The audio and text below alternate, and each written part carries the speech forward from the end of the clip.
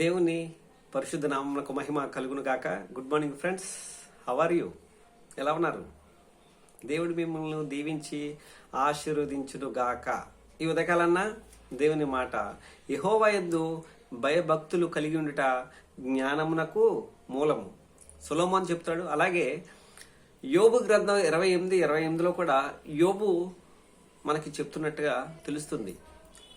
సొలొమోను చెప్తున్న మాట, ఆ రోజు సొలొమోని ఒక జ్ఞాని, ఆ జ్ఞాని చెప్తున్న మాట ఏంటి అంటే, యెహోవా యందు భయము భక్తి కలిగి ఉండితే జ్ఞానమనియు, మూర్ఖత్వము విడిచిపెట్టుటే వివేచన అనియు ఆయన నరులకు సెలవిచ్చి ఉన్నాడు అని చెప్పి ఉన్నాడు. అయితే దైవభక్తి లేదా భక్తి అంటే ఏంటి అని మనం ఒకసారి చూసినట్లయితే, యాకోబు పత్రిక 1వ అధ్యాయము 28వ వచనం మనం చూసినట్లయితే, దైవభక్తి అనేది ఎలాంటిది అంటే, దిక్కులేని వారిని, వెధవరాండ్రులను వారి అవసరతలో మనం ఆదరించటం, అలాగే ఇహలోక మాన్యాన్ని అంటించుకోకుండా తను తాను కాపాడుకునటమే దైవభక్తి.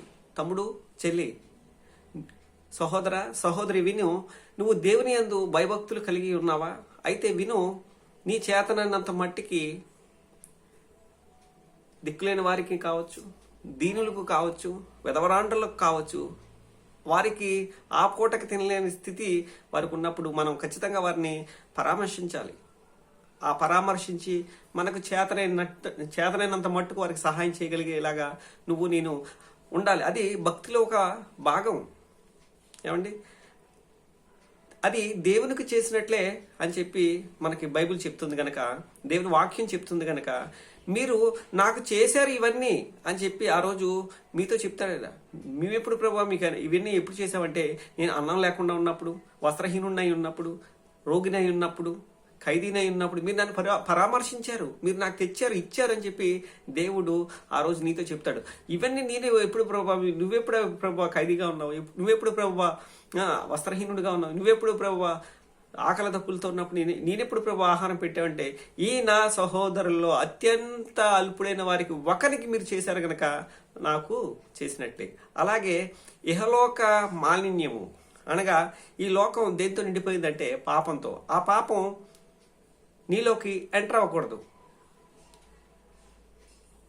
వాడ నీటిలో ఉండాలి, కానీ నీరు వాడలోకి ఎప్పుడైతే వచ్చిందో అది సింక్ అయిపోయి భూస్థాపితం అయిపోతుంది. అలాగే నీ విశ్వాస జీవితంలో నువ్వు విశ్వాసిగా, ఆత్మీయుడిగా ఈ లోకంలో ఉన్నప్పుడు లోకం నీలో రాకూడదు. ఈ లోకంలో ఉన్నదంతయు మనకు తెలిసిందే కదండి. నేత్రాశ, ధనాశ, జీవపుట్టంబము, ఇవన్నీ కూడా శరీర సంబంధమైన విషయాల మీద ఆధారపడి, కంటికి కనిపించే వాటి మీద ఆధారపడి ఉంటుంది. కానీ ఆత్మీయ జీవితం, ఆత్మీయత లేదా విశ్వాసం వీటికి భిన్నం. శరీరానుసారమైన మనస్సు మరణం అయితే, ఆత్మానుసారమైన జీవితం లేదా మనస్సు నిత్యజీవం. యాకోబు చెప్తున్న మాట ఏంటంటే, నువ్వు భక్తి కలిగిన వాడివా అయితే పరామర్శించు. ఆ రోజు లేవీయుడు పక్క నుంచి వెళ్ళిపోయాడు. ఏమండి, శాస్త్రి పక్క నుంచే, పరిసరుడు పక్క నుంచి వెళ్ళిపోయాడు. కానీ ఒక సుంకరి ఆ గాయపడిన వ్యక్తిని సమరయుడు ఆ గాయపడిన వ్యక్తిని పరామర్శించి, పూటకోళ్ళ ఇంటికి తీసుకెళ్లి పరామర్శించి, ఇంకేమైనా కావాలంటే నేను ఇస్తాను, అతని జాగ్రత్తగా చూసుకొని చెప్పి వెళ్ళిపోయాడు. తన పొరుగు వారిని ప్రేమించాడు. ఎవరు ఆ పొరుగు వారంటే? ఎవరైతే కష్టంలో, ఎవరైతే శ్రమలో, వేదనలో, రోదంలో, ఏమంటే మనకు తెలిసి ఉంటారో, మనం చేయదగిన సహాయం వారికి పొందేవారైతే వారికి ఖచ్చితంగా మనం చేసి పెట్టాలి. అది దేవుడు నీ దగ్గర నుంచి, నా దగ్గర నుంచి ఎక్స్పెక్ట్ చేస్తుంది కనుక, ఈ సమయంలో వింటున్న సహోదర, సహోదరి, విను. ఇహలోక మాలిన్యాన్ని అంటించుకోకుండా, ఏమంటే పరామర్శిస్తూ, వెదలాంటలను, దిక్కులేని వారిని పరామర్శిస్తూ, ఇహలోక మాలిన్యాన్ని అంటించుకోకుండా దేవుని కొరకు భయభక్తులు కలిగి నీ ప్రవర్తన అంతటా ఆయన ఎదుట ఒప్పుకొని ఆయన మార్గంలో నువ్వు నడిస్తే, సహోదర, సహోదరి, విను. దేవుడు నిన్ను తన రాజ్య వారసునిగా, తన కుమారునిగా చేసుకోవడానికి సిద్ధంగా చేసుకుని ఉన్నాడు. నువ్వు దాని కొనసాగింపులో ఉండబోతున్నాం. దేవుడు మిమ్మల్ని దీవించి ఆశీర్వదించి సకల సమృద్ధిలోకి నడిపించిన గాక. మీ ఆనంద్ కుమార్, దేవుని పరిచర్యలో. God bless you each and everyone. Thank you.